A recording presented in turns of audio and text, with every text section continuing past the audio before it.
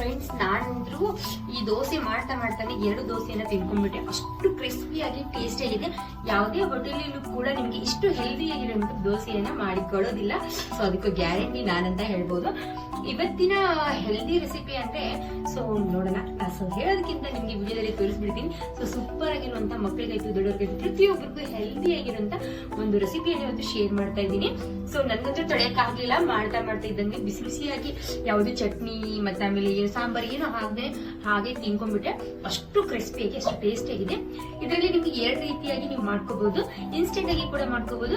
ನೀವು ಇದನ್ನ ನಾರ್ಮಲ್ ದೋಸೆ ಕೂಡ ರೀತಿಯಲ್ಲಿ ಕೂಡ ಮಾಡ್ಕೋಬಹುದು. ಬನ್ನಿ ವಿಡಿಯೋನ ತಡ ಮಾಡ್ದೇನೆ ಮಾಡೋಣ.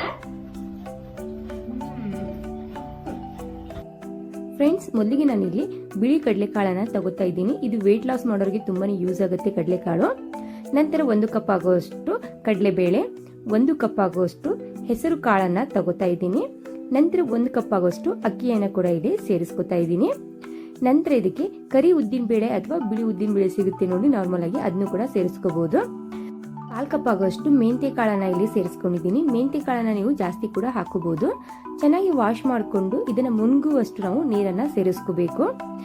ನಾನಿಲ್ಲಿ ಹಿಂದಿನ ದಿನಾನೇ ಇದನ್ನ ನೆನೆಸಿ ಇಡ್ತಾ ಇದ್ದೀನಿ. ಬೆಳಗ್ಗೆ ಒಂದು 10 ಗಂಟೆಗೆ ನೆನೆಸಿ ಇಡ್ತಾ ಇರೋದು. ಇದ್ರ ಜೊತೆಗೆ ನಾನು ಇಲ್ಲಿ ಒಂದು ತಮಿಳುನಾಡು ಅವರದ ಫೇಮಸ್ ಆಗಿರುವಂಥ ಚಟ್ನಿಯನ್ನ ರೆಡಿ ಮಾಡ್ತಾ ಇದ್ದೀನಿ. ನೀವು ದೋಸೆ, ಇಡ್ಲಿ, ಪೂರಿ, ಪ್ರತಿಯೊಂದು ಕೂಡ ಚಪಾತಿ ಎಲ್ಲದಕ್ಕೂ ಇದು ಕಾಂಬಿನೇಷನ್ ಅಂತ ಹೇಳ್ಬೋದು. ತುಂಬಾನೇ ಟೇಸ್ಟಿ ಆಗುತ್ತೆ. ಹಾಗೆ ನೀವು ಇದನ್ನ ಒಂದು 15 ದಿನದವರೆಗೂ ಸ್ಟೋರ್ ಕೂಡ ಮಾಡಿ ಇಟ್ಕೋಬಹುದು. ಕಡಲೆಬೇಳೆ, ಉದ್ದಿನ ಬೇಳೆ, ಬೆಳ್ಳುಳ್ಳಿ, ಒಣಮೆಣಸಿನಕಾಯಿ ರುಚಿಗೆ ತಕ್ಕಷ್ಟು ಹಾಕಿ ಫ್ರೈ ಮಾಡ್ಕೋಬೇಕು. ನಂತರ ನಾನಿಲ್ಲಿ ಸ್ವಲ್ಪನೇ ಮಾಡ್ತಾ ಇರೋದು, ಹಾಗಾಗಿ 2 ಮೀಡಿಯಂ ಸೈಜು ಈರುಳ್ಳಿಯನ್ನ ಸೇರಿಸ್ಕೊಂಡಿದ್ದೀನಿ. ರುಚಿಗೆ ತಕ್ಕಷ್ಟು ಉಪ್ಪನ್ನ ಕೂಡ ಇಲ್ಲಿ ಸೇರಿಸ್ಕೋಬೇಕು. ಇದು ಪೂರ್ತಿ ಕಲರ್ ಚೇಂಜ್ ಆಗಬೇಕು, ಅಲ್ಲಿವರೆಗೂ ಫ್ರೈ ಮಾಡ್ಕೊಳ್ಳಿ. ಈರುಳ್ಳಿ ಕಲರ್ ಚೇಂಜ್ ಆದ ನಂತರ ಇಲ್ಲಿ 3 ಟೊಮೆಟೊನ ನಾನು ಸೇರಿಸ್ಕೊಂಡಿದ್ದೀನಿ. ಸ್ವಲ್ಪ ಜೀರಿಗೆ, ಬೇಡ ಅಂದರೆ ಸ್ಕಿಪ್ ಮಾಡ್ಕೋಬಹುದು ಜೀರಿಗೆಯನ್ನ. ಹಾಕ್ಬಿಟ್ಟು ಟೊಮೆಟೊ ಕೂಡ ತುಂಬ ಚೆನ್ನಾಗಿ ಮ್ಯಾಶ್ ಆಗಬೇಕು. ಹಸಿ ವಾಸನೆ ಎಲ್ಲ ಹೋಗೋವರೆಗೂ ನಾವು ಇದನ್ನ ಗ್ಯಾಸನ್ನು ಲೋ ಫ್ಲೇಮಲ್ಲಿ ಇಟ್ಬಿಟ್ಟು ಫ್ರೈ ಮಾಡ್ಕೋಬೇಕು ಫ್ರೆಂಡ್ಸ್. ಇದಕ್ಕೆ ಈಗ ನಾನಿಲ್ಲಿ ಸ್ವಲ್ಪ ಹುಣಸೆ ಹಣ್ಣನ್ನು ಸೇರಿಸ್ಕೊಂಡು ನುಣ್ಣಗೆ ಪೇಸ್ಟನ್ನಾಗಿ ಮಾಡ್ಕೋತಾ ಇದ್ದೀನಿ. ಈ ರೀತಿ ಚಟ್ನಿ ಮಾಡಿಬಿಟ್ಟು ನೀವು ಫ್ರಿಜ್ಜಲ್ಲಿ ಒಂದು 15 ದಿನವರೆಗೂ ಇಡಬಹುದು. ಏನು ಕೆಡೋದಿಲ್ಲ. ಬಿಸಿ ಬಿಸಿ ಅನ್ನದ ಜೊತೆಗೂ ಕೂಡ ತುಂಬ ಚೆನ್ನಾಗಿ ಅನಿಸುತ್ತೆ. ನಾನಿಲ್ಲಿ ಸಾಸಿವೆ ಮತ್ತು ಜೀರಿಗೆದು ಒಂದು ಒಗ್ಗರಣೆಯನ್ನು ಕೊಟ್ಟಿದ್ದೀನಿ. ನಾನಿಲ್ಲಿ ಸಾಯಂಕಾಲ ಒಂದು 5 ಗಂಟೆಗೆ ನಿಮಗೆ ತೋರಿಸ್ತಾ ಇರೋದು. ಮತ್ತೆ ಚೆನ್ನಾಗಿ ಕಾಳೆಲ್ಲ ನೆಂದಿದ್ದಾವೆ, ಅಕ್ಕಿ ಕೂಡ ನೆಂದಿದೆ. ಈಗ ಇದನ್ನ ಒಂದು ಮಿಕ್ಸಿ ಜಾರಿಗೆ ಹಾಕಿ ಅದೇ ನೀರನ್ನು ಸೇರಿಸ್ಕೊಂಡು ನುಣ್ಣಗೆ ಪೇಸ್ಟನ್ನಾಗಿ ಮಾಡ್ಕೋಬೇಕು. ಎಷ್ಟಾಗುತ್ತೆ ಅಷ್ಟು ನುಣ್ಣಗೆ ಪೇಸ್ಟನ್ನಾಗಿ ಮಾಡ್ಕೊಳ್ಳಿ. ಜಾಸ್ತಿ ನುಣ್ಣಗೆ ಅಲ್ಲ, ಸ್ವಲ್ಪ ಕೈಯಲ್ಲಿ ಹಿಡಿದ್ರೆ ತರಿಯಾಗಿ ಅನಿಸ್ಬೇಕು. ಆ ರೀತಿ ನುಣ್ಣಗೆ ಪೇಸ್ಟನ್ನಾಗಿ ಮಾಡ್ಕೋಬೇಕು.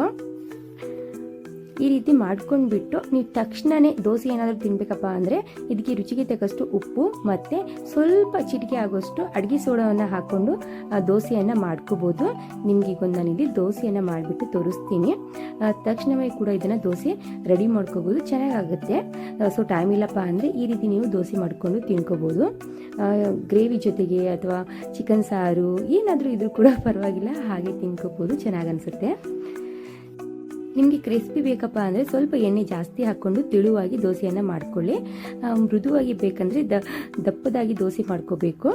ಈಗ ನಾನು ಇದನ್ನು ಮುಚ್ಚಿಬಿಟ್ಟು 1-2 ನಿಮಿಷ ಬೇಯಿಸ್ತಾ ಇದ್ದೀನಿ. ಈಗ ಇಲ್ಲಿ ನೋಡ್ತಾ ಇರ್ಬೋದು ಕೆಳಗೆ ಕಲರ್ ಕೂಡ ಚೇಂಜ್ ಆಗಿದೆ. ತುಂಬ ದಿನದ ನಂತರ ವಾಯ್ಸ್ ಕೊಡ್ತಾ ಇದ್ದೀನಲ್ಲ, ಸ್ವಲ್ಪ ಮಿಸ್ಟೇಕ್ ಆಗ್ತಾ ಇದೆ ಫ್ರೆಂಡ್ಸ್. ಈ ನೋಡಿ ಕಲರ್ ಕೂಡ ಎಷ್ಟು ಚೆನ್ನಾಗಿ ಬಂದಿದೆ ಅಲ್ವಾ. ಸ್ವಲ್ಪನೂ ದೋಸೆ ಹಿಡಿತಾ ಇಲ್ಲ, ತುಂಬ ಚೆನ್ನಾಗಿ ಪ್ಯಾನಿಂದ ಬರ್ತಾ ಇದೆ. ಹಾಗೆ ಎಷ್ಟು ಮೃದುವಾಗಿದೆ ಅಂತ ನೋಡ್ಬೋದು. ನಾನಿಲ್ಲಿ ಈಗ ರಾತ್ರಿಗಂತ 2 ದೋಸೆ ಮಾತ್ರ ಮಾಡಿಕೊಂಡೆ ತಿನ್ನೋಕಂದ್ಬಿಟ್ಟು. ನಾನಿದು ಬೆಳಗ್ಗೆ ಟಿಫಿನ್ಗಂತಾನೆ ಮಾಡ್ತಾ ಇರೋದು. ಈಗ ಇದನ್ನು ಮುಚ್ಚಿಬಿಟ್ಟು ಒಂದು 6-7 ತಾಸುವರೆಗೂ ನಾವು ಇದನ್ನು ರೆಸ್ಟ್ ಮಾಡೋಕ್ಕೆ ಬಿಡ್ಬೋದು. ಟೈಮ್ ಇಲ್ಲಪ್ಪ ಅಂದರೆ ಒಂದು 5 ತಾಸುವರೆಗಾದರೂ ರೆಸ್ಟ್ ಮಾಡೋಕ್ಕೆ ಬಿಡಿ.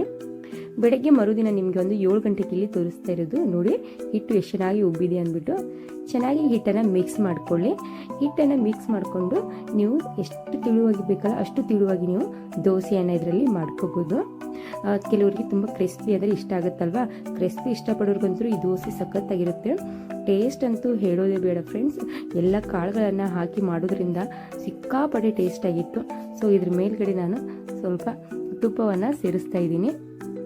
ಈ ದೋಸೆಗೆ ಪಲ್ಯ ಚಟ್ನಿ ಬೇಕಂತಲೇ ಇಲ್ಲ, ಯಾಕಂದರೆ ಕಾಳು ಹಾಕೋದ್ರಿಂದ ಟೇಸ್ಟು ಸಖತ್ತಾಗಿರುತ್ತೆ. ಸ್ವಲ್ಪ ಕ್ರಿಸ್ಪಿ ಮಾಡ್ಕೊಂಡು ತಿಂದರೆ ಸಾಕು, ಮಕ್ಕಳಿಗಂತೂ ತುಂಬ ಇಷ್ಟ ಆಗುತ್ತೆ. ಸೊ ಹೆಲ್ದಿ ಆಗಿರುವಂಥ ರೆಸಿಪಿ. ಸೊ ಯಾರಾದರೂ ವೆಯ್ಟ್ ಲಾಸ್ ಮಾಡಬೇಕನ್ನೋರು ಈ ರೀತಿ ದೋಸೆ ಮಾಡಿ ರಾತ್ರಿ ಊಟಕ್ಕೆ ಕೂಡ ಮಾಡ್ಕೋಬೋದು. ಹಾಗೆ PCOD ಪ್ರಾಬ್ಲಮ್ ಇದ್ದವ್ರಿಗೆ ರೈಸು ಜಾಸ್ತಿ ತಿನ್ನಬಾರ್ದು ಅಂತಾರಲ್ವಾ, ಆವಾಗ ಈ ರೀತಿ ಕಾಳುಗಳನ್ನು ಹಾಕಿ ದೋಸೆ ಕೂಡ ಮಾಡ್ಕೋಬೋದು. ಅವ್ರಿಗೂ ಕೂಡ ತುಂಬಾ ಒಳ್ಳೆಯದು. ಈ ಟೊಮೆಟೊ ಚಟ್ನಿಗೆ, ಈರುಳ್ಳಿ ಟೊಮೆಟೊ ಚಟ್ನಿಗೆ, ಈ ದೋಸೆಗೆ ಕಾಂಬಿನೇಷನ್ ಮಾತ್ರ ಸೂಪರ್ ಆಗಿದೆ. ಸಿಕ್ಕಾಪಟ್ಟೆ ಇಷ್ಟ ಆಗುತ್ತೆ. ಸೊ ನೀವೇನಾದರೂ ಫಸ್ಟ್ ಟೈಮ್ ಈ ವಿಡಿಯೋ ಮಾಡ್ತಾ ಇದ್ರೆ ಪ್ಲೀಸ್ ನನ್ನ ಚಾನಲ್ನ ಸಬ್ಸ್ಕ್ರೈಬ್ ಮಾಡ್ಕೊಳ್ಳಿ. ಹಾಗೆ ಈ ರೆಸಿಪಿನ ಮಿಸ್ ಮಾಡಿದ್ರೆ ಒಂದ್ಸತಿ ಆದ್ರೂ ಮನೇಲಿ ಟ್ರೈ ಮಾಡಿ ನೋಡಿ. ಖಂಡಿತ ನೀವೇ ನನಗೆ ಕಮೆಂಟನ್ನು ಹಾಕ್ತೀರಾ ಸೂಪರ್ ಆಗಿತ್ತು ಅಕ್ಕ ಅಂತ. ಸೊ ಈ ವಿಡಿಯೋ ಮುಗಿಸ್ತಾ ಇದ್ದೀನಿ. ಈ ವಿಡಿಯೋ ನೋಡೋದಕ್ಕೆ ಥ್ಯಾಂಕ್ ಯು ಸೊ ಮಚ್.